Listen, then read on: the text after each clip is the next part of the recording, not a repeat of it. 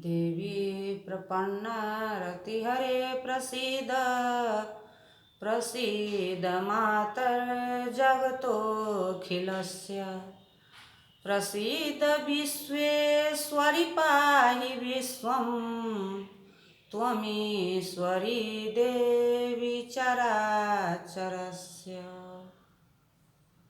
नमस्कार, मैं एकावरी कुमारी, सहायक प्राध्यापक, जूथालाल संस्कृत महाविद्यालय, मझौलिया, पश्चिम चंपारण। आज शास्त्री प्रतिष्ठा तृतीय खंड के छात्रों को महाकवि कालिदास की रचनाओं के संबंध में बताने जा रही हूँ।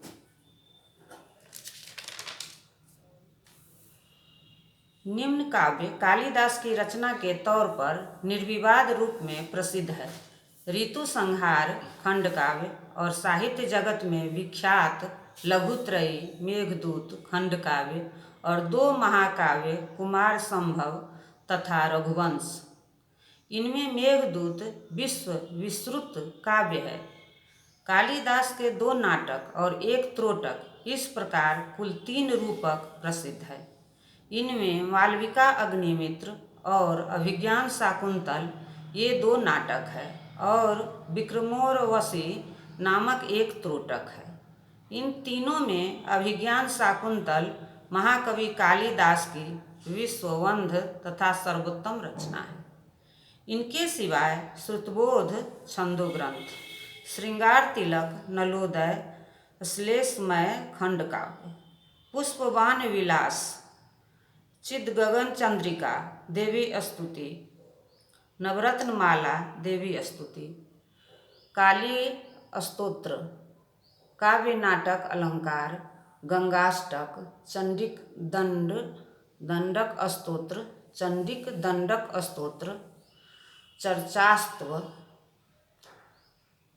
दुर्घट काव्य, मकरंद स्तव, मंगलाष्टक, महापद्माष्टक, रत्नकोश, राक्षस काव्य, लक्ष्मी स्तव, लघुस्तव, विद्व विनोद काव्य, वृंदावन काव्य, वैद्य मनोरमा, शुद्ध चंद्रिका, श्रृंगार रसाष्टक, श्रृंगार सार काव्य, श्यामला दंडक और सेतुबंध ये भी कालिदास के ग्रंथ बतलाए जाते हैं। इनमें कुछ अप्राप्य भी है, परंतु रचना शैली की विभिन्नता के कारण सब लोग इनको कालिदासकृत नहीं मानते हैं। अब ऋतु संहार आदि ग्रंथों का संक्षेप में परिचय देते हैं। ऋतु संहार रचना शैली में कालिदास की अन्य रचना की समान प्रौढ़ि न होने से यह उनकी प्राथमिक कृति मानी जाती है। इस पर मल्लीनाथ की टीका नहीं है और इसके पद्य कहीं भी उदाहरण के तौर पर नहीं मिले हैं। इस कारण इसे पहले कुछ विद्वान कालिदास की रचना नहीं मानते थे। इसमें 6 सर्ग है। इसमें ग्रीष्म में आरंभ कर वसंत तक कुल 6 ऋतुओं का अनेकानेक छंदों में मनोरम रीति से वर्णन किया गया है। इसमें 144 पद्य है। कुमार संभव ऋतु संहार के अनंतर यह कवि की दूसरी रचना है। यह महाकाव्य है। इसमें कुल 17 सर्ग है। इसमें कार्तिकेय का जन्म और उनके चरित्र का वर्णन मुख्य विषय है। हिमालय पर्वत के वर्णन से आरंभ तक पार्वती का जन्म, तारकासुर का उपद्रव, उसके वध के लिए शंकर के वीर्यजात पुत्र के लिए शिव तपोभंग करने निमित्त देवताओं का कामदेव को शिव जी के पास भेजना, उनके नेत्र वहीन से कामदाह रति विलाप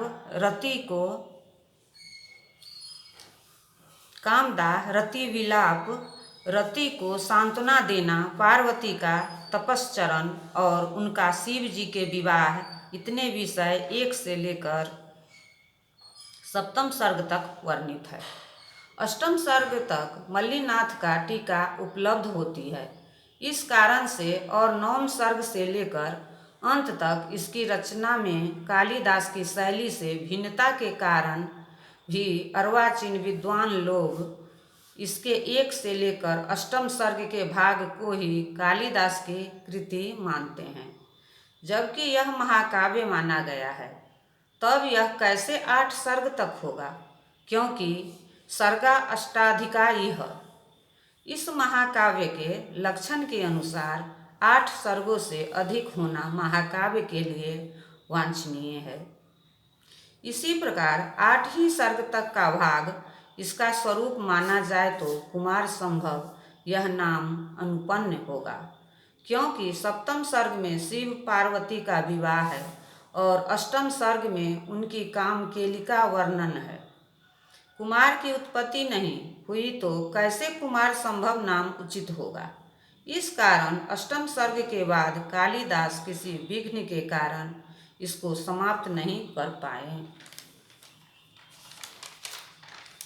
और परवर्ती किसी कवि ने उनके नाम से अन्य सर्गों की रचना की, ऐसा मानना होगा। रघुवंश महाकाव्यों में यह श्रेष्ठ माना गया है। इसमें दिलीप से लेकर अग्निवर्ण तक के इक्ष्वाकु वंश के राजाओं का चरित्र वर्णन बहुत ही प्रौढ़ि के साथ किया गया है। इसमें कुल 19 सर्ग है। दिलीप, रघु, अज, दशरथ तथा मर्यादा पुरुषोत्तम भगवान श्री रामचंद्र जी का तथा अन्यान्य राजाओं का बहुत मनोरंजक ढंग से वर्णन किया गया है। आर्य संस्कृति का लोकातिशयी उत्कृष्ट चित्र इसमें अंकित किया गया है। कहते हैं कि इसके 5म सर्ग में सरस्वती का बीज मंत्र विद्यमान है।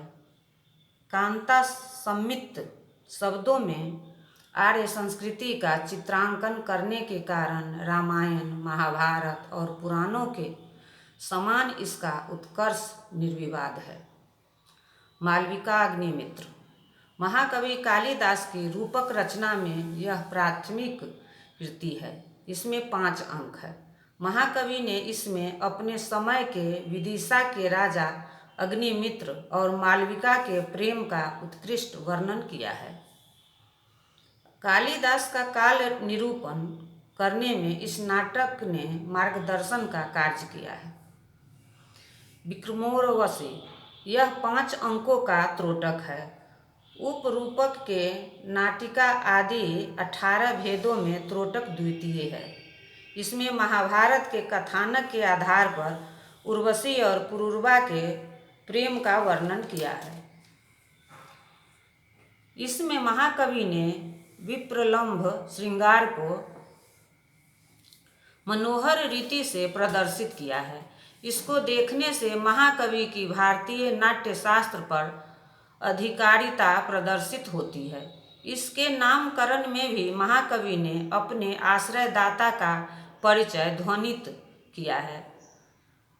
अभिज्ञान शाकुंतल यह संस्कृत साहित्य में ही नहीं प्रत्युत विश्व के उत्कृष्ट नाटकों में सर्वश्रेष्ठ है। इसमें महाभारत में वर्णित चंद्रवंश में प्रस्तुत महाराज दुष्यंत और शकुंतला की कथा 7 अंकों में अतिशय मनोरंजक शैली से प्रस्तुत की गई है। इसका भारत के बाहर भी पर्याप्त मात्रा में सम्मान हुआ है। इसका अनुवाद बहुत सी भाषाओं में हुआ है। जर्मनी के महान दार्शनिक कवि गेटे ने आनंद विह्वल होकर अभिज्ञान शाकुंतल की जो प्रशंसा की है, उसी का यह संस्कृत प्रतिरूप है। वासंतं कुसुमं फलं च युगपद ग्रीष्मस्य सर्व च यच्चानयन मनसो रसायन्मतः संतर्पणं मोहनम् एकीभूतं भूतपूर्वयवा स्वर्लोक भूलोकयोरैश्वर्यं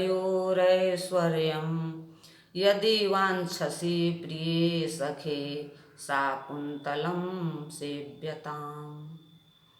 महाकवि कालिदास ने आर्य नारी के पतिव्रत्य की महत्ता का चूड़ांत निदर्शन इसमें प्रस्तुत किया है। मेघदूत के संबंध में अगले व्याख्यान में बताऊंगी। धन्यवाद।